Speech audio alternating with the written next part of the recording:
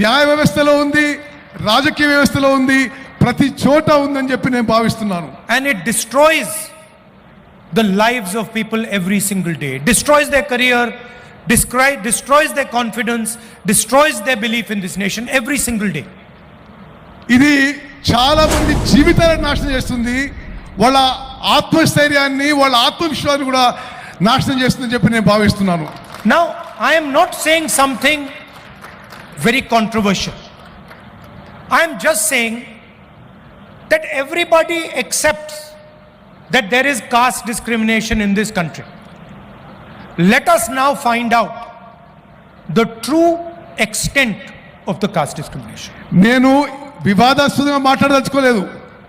కుల వివక్ష ఈ దేశంలో ఉందనే విషయం మనం అందరం యాక్సెప్ట్ చేసుకొని ఆ తర్వాత ఈ విషయాన్ని ఏ విధంగా సరిచేయాలనో ఆలోచన చేయాలని చెప్పి నేను మనం చేస్తున్నాను. I use the analogy of an X-ray. When somebody gets injured, the first thing you do, you go to the hospital, the doctor says, let us do an X-ray. నేను ఒక ఎక్స్రే లాగా పోలుస్తున్నాను. ఎట్లంటే ఎవరికి యాక్సిడెంట్ అయినా doctor మొదటిగా ఏమంటాడంటే hospital పోయి x ray చేయించుకోవాలని. అదే పోలిక దీనికి ఇస్తున్నాను నేను. No one will ever say to you, please don't have an X-ray. No doctor will say it. Nobody will ever say to you, if you have got an injury in your arm, do not have an X-ray. మీకు దెబ్బ తాకితే ఎవరు కూడా doctor కూడా ఎవరు కూడా x ray చేసుకోవద్దని చెప్పరు మీకు. In fact, if some doctor were to tell you that I suspect that your arm is broken, but you should not have an X-ray, you will say that the doctor is crazy. ఒక doctor మీకు మీ చెయ్యి ఇరుగుండొచ్చు కానీ మీరు x ray చేసుకోవద్దు అని చెప్తే ఆ doctor పిచ్చోడని అనుకుంటాం మనం. The doctor does not understand the basics of medicine. అంటే ఆ డాక్టర్కి మెడిసిన్ యొక్క బేసిక్స్ అని చెప్పి స్పష్టమవుతుంది. And that is all I am saying. I am saying we all agree that there is a concept called caste in India. We all agree that there is a concept called caste discrimination in India. Let us simply measure it and tell everybody in this country the extent of this discrimination. That's all. ఈ కుల వ్యవస్థ ఉందని, ఈ కుల వివక్ష ఉందని భారతదేశంలో ముందు మనం ఒప్పుకుందాం. ఒప్పుకొని ఆ తర్వాత పూర్తిగా ఏ ఎక్స్టెంట్కి ఉంది, ఏ విధంగా ముందుకు పోదామని చెప్పి మనం నిర్ణయాలు తీసుకుందాం. And the moment I say this, the people in the BJP, the leaders of the BJP, the Prime Minister suddenly start to say that I am dividing the country. నేను ఇది మాట్లాడగానే బీజేపీ నాయకులు, ప్రధానమంత్రి కూడా నేను దేశాన్ని విభజించే ప్రయత్నం చేస్తున్నానని నా మీద ఆరోపణలు చేస్తున్నారు. Since when has revealing the truth of this country divided this country? దేశం గురించి నిజం చెప్తే అది దేశాన్ని విభజించడమా అని చెప్పి నేను అడుగుతున్నాను. All we are saying is let us explore the truth. నేను అంటున్న ఒకటే, మనం నిజం పరిశీలించాలి, నిజం తెలుసుకోవాలని చెప్పి నేను మనం చేస్తున్నాను. Foundation of all our religions is truth. Foundation of all our religions is ahimsa. All we are saying is let us explore the truth of discrimination. అన్ని మతాల్లో ఉన్న విషయం మనం నిజంతో పోవాలని, మనం ఈ విషయంలో కుల విషయంలో కూడా నిజం తెలుసుకొని ముందుకు పోవాలని చెప్పి నేను మనం చేస్తున్నాను. First of all, let us find out how many Dalits, how many OBCs, how many Adivasis, how many minorities, how many general caste, how many women there are in this country. మనము ఈ census ద్వారా ఎంతమంది దళితులు ఉన్నారు, ఎంతమంది ఆదివాసులు ఉన్నారు, ఎంతమంది ఓబీసీలు ఉన్నారు, ఎంతమంది మహిళలు, ఈ వివరాలన్నీ కనుక్కునే అవకాశం ఉంటుంది. After that, let us find out how is wealth distributed in this country. అది చేసిన తర్వాత దేశం యొక్క ధనం ఏ విధంగా ఈ సామాజిక వర్గాల్లో మరి విభజించబడదో అది కూడా కనుక్కుందాం. What share of wealth do Dalits have? What share of wealth do OBCs have? What share of wealth do women have? Let us find this out. దేశం యొక్క ధనం దళితుల దగ్గర ఎంత ఉంది, ఆదివాసుల దగ్గర ఉంది, ఓబీసీల దగ్గర ఎంత ఉంది అది మనం కనుక్కోవాలి.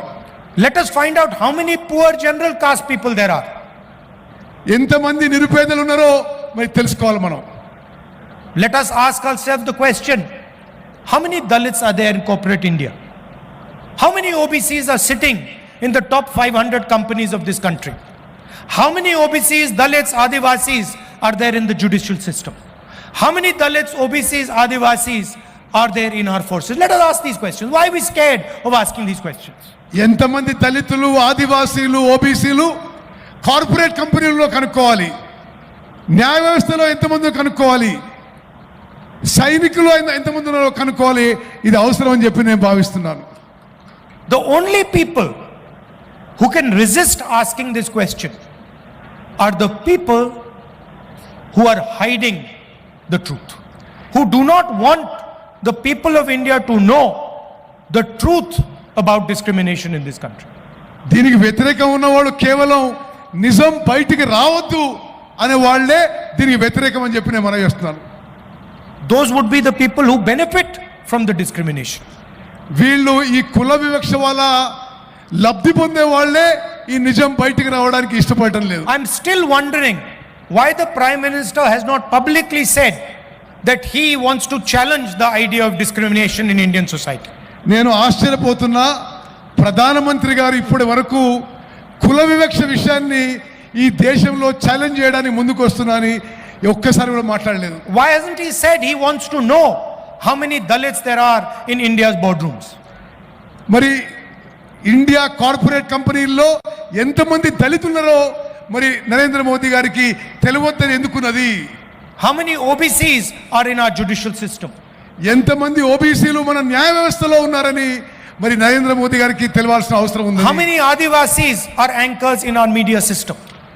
ఎంతమంది ఆదివాసీలు మన మీడియాలో యాంకర్ల పాత్ర పోషిస్తున్నారు కూడా తెలియాల్సిన అవసరం ఉంది. Why is he scared of asking these questions? ప్రధానమంత్రి గారు ఈ ప్రశ్నలు అడగడానికి ఎందుకు భయపడుతున్నాడు? I committed on behalf of the Congress party in Parliament House that we will carry out a national caste census.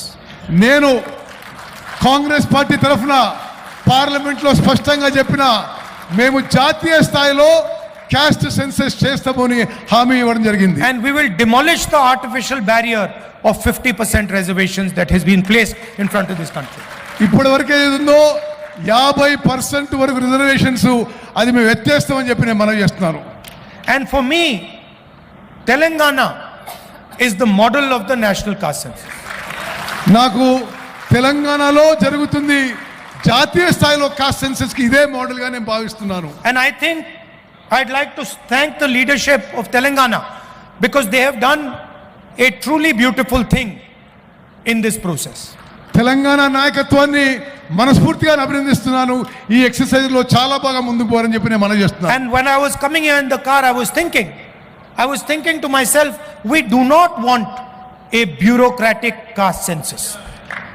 నేను కారు వచ్చి అనుకున్నా బ్యూరోక్రసీ ద్వారా చేసే క్యాస్ట్ సెన్సస్ మాకొద్దు. We don't want some bureaucrat sitting in some corner somewhere to decide the questions that the caste census will ask our people. ఏ బ్యూరోక్రాటో అధికారియో ఆ caste census లో ఏ questions అడగాలని వాళ్ళు డిసైడ్ చేయొద్దని చెప్పి నేను భావిస్తున్నాను. Because in fact this will be an insult to the people of India. అది తెలంగాణ ప్రజలను అవమానించమని చెప్పి నేను భావిస్తున్నాను. We want the people of India to ask and decide what questions are going to be asked in the census. మేము సామాన్య ప్రజలు నిర్ణయం చేయాలి ఏ ప్రశ్నలు అడగాలి ఏ ప్రశ్నలు అడగాలని చెప్పి. We want the Dalits, the OBCs, the Adivasis, women, we want them to decide exactly what questions are going to be asked. నేను కోరుకునేది దళితులు, ఆదివాసీలు, ఓబీసీలు వీళ్ళు నిర్ణయం చేయాలి ఎటువంటి ప్రశ్నలు అడగాలని చెప్పి నేను. And as a result we will not just get a caste census, we will get a political instrument, a developmental instrument that will define how this country will progress.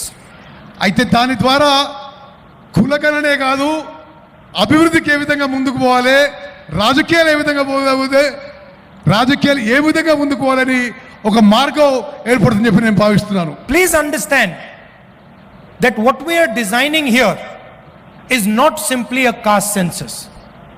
what we are designing here is the system of governance of the future of this country.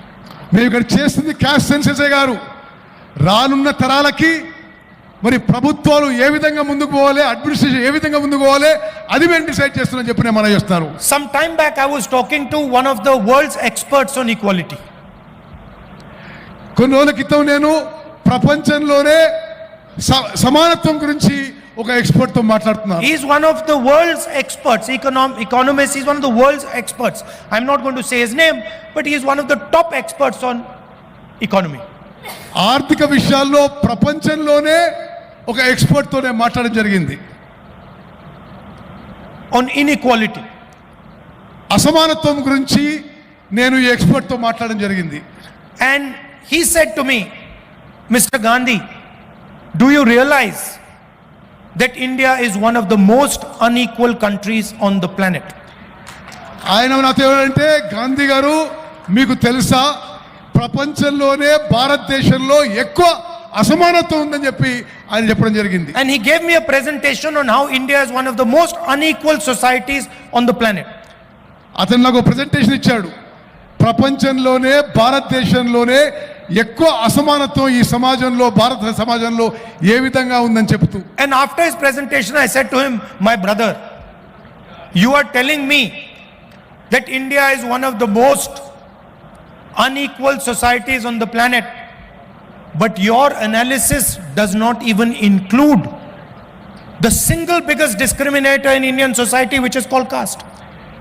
నువ్వు చెప్పిన విషయాలు విన్నా కానీ నీ ప్రెజెంటేషన్లో భారతదేశంలో అతి ఎక్కువ అసమానత్వం, కుల వివక్ష గురించి మాట్లాడలేదు. So in fact your analysis hugely underestimates the inequality in Indian society. మీ విశ్లేషణ భారతదేశంలో ఉన్న అసమానత్వం ఇంకా ఎంత భారీగా ఉందో కూడా మీ విశ్లేషణ కూడా లేదని చెప్పి నేను మనం చేస్తున్నాను.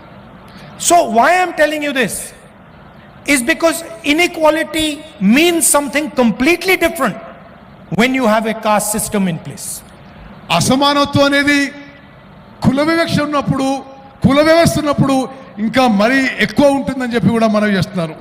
A Dalit person in India could not be touched. భారతదేశంలో దళితులకు అంటరానితనం ఉందనే విషయం మనందరికీ తెలుసు. Do you realize the level of inequality that person would feel if society is not allowed to touch him? సమాజంలో ఒక వర్గంలో అతన్ని ముట్టడానికి వీల్లేదంటే ఎంత అసమానత ఉండిందో గమనించాలి. This does not exist anywhere else. ఇది ప్రపంచంలో ఎక్కడ లేదు. And so what we have to understand is that discrimination in India is unique and probably among the worst in the world. ప్రపంచంలోనే అన్ని దేశాల్లో ఈ వివక్ష అనేది ఎక్కువ ఉంది భారతదేశంలోనే చెప్పిన మనం చేస్తున్నాం.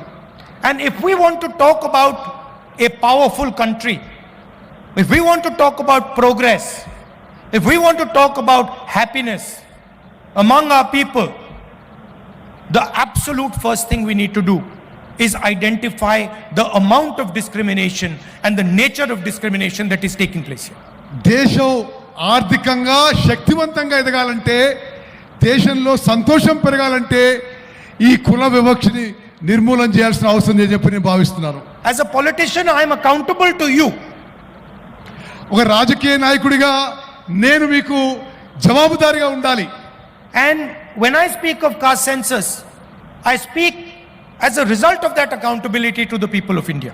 ఆ జవాబుదారీతనం వల్లనే నేను మీకు అకౌంటబుల్ గా ఉండాలని చెప్పి నేను మనం చేస్తున్నాను. I simply cannot go to the people of India and ignore the fact that there is massive discrimination in this country.